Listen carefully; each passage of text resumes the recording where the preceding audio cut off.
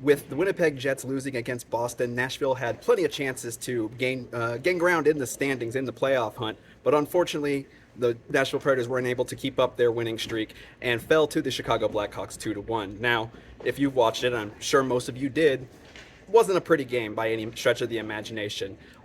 Lots of things went wrong. The power play was pretty inefficient, as was the PK.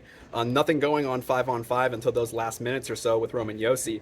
But there was a lot to like. One of the things that Coach Hines said after the game was that effort was not the issue at all for this team tonight. Really, he never saw an issue with their effort. It was just more execution and mistakes. And this is what you can kind of expect from a team that's this inexperienced. I say young, but a lot of these new guys are getting up there in age, close to my age, which is not young by any means. But one of the things, there were a few bright spots, and we'll talk about those in tonight's One Big Stat.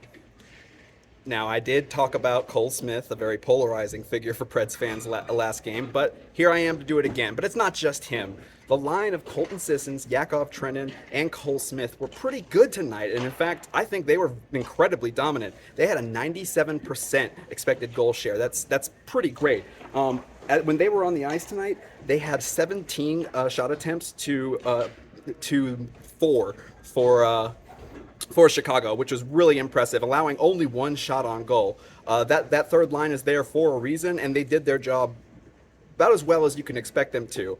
Unfortunately for Cole Smith, he had a beautiful setup for Colton Sissons on a breakaway, a 2-on-1, and Sissons couldn't connect. And again, it's been kind of a rough spot for Cole because he is a guy who will make the better play most of the time on those. And unless it's Yakov Trenin, the other guy's usually not even hitting the net on those. So hopefully Smith tries to take a few more shots himself and see what he can do this time. But another stat, and this is something a reader did point out during the game, was why it was Matt Duchene that was picked to take the penalty shot there early in the game. Well, to be honest, he's the only one who's proven that he can do it kind of consistently this season.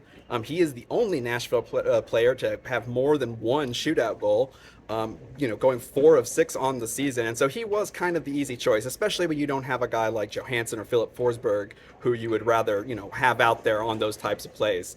And it had been a while too, since the last one. So Philip Forsberg, I believe someone pointed out on Twitter, I'll give them credit later, back in 2021 against the LA Kings. So yep, there was some things, and there were lots of chances for this team to make up a difference, but unfortunately it just couldn't put it together. But that has to go all behind them now, because next up is maybe one of the biggest matchups left in the season, the Nashville Predators and the Winnipeg Jets here at Frischka Narita, and they are fighting for a playoff spot.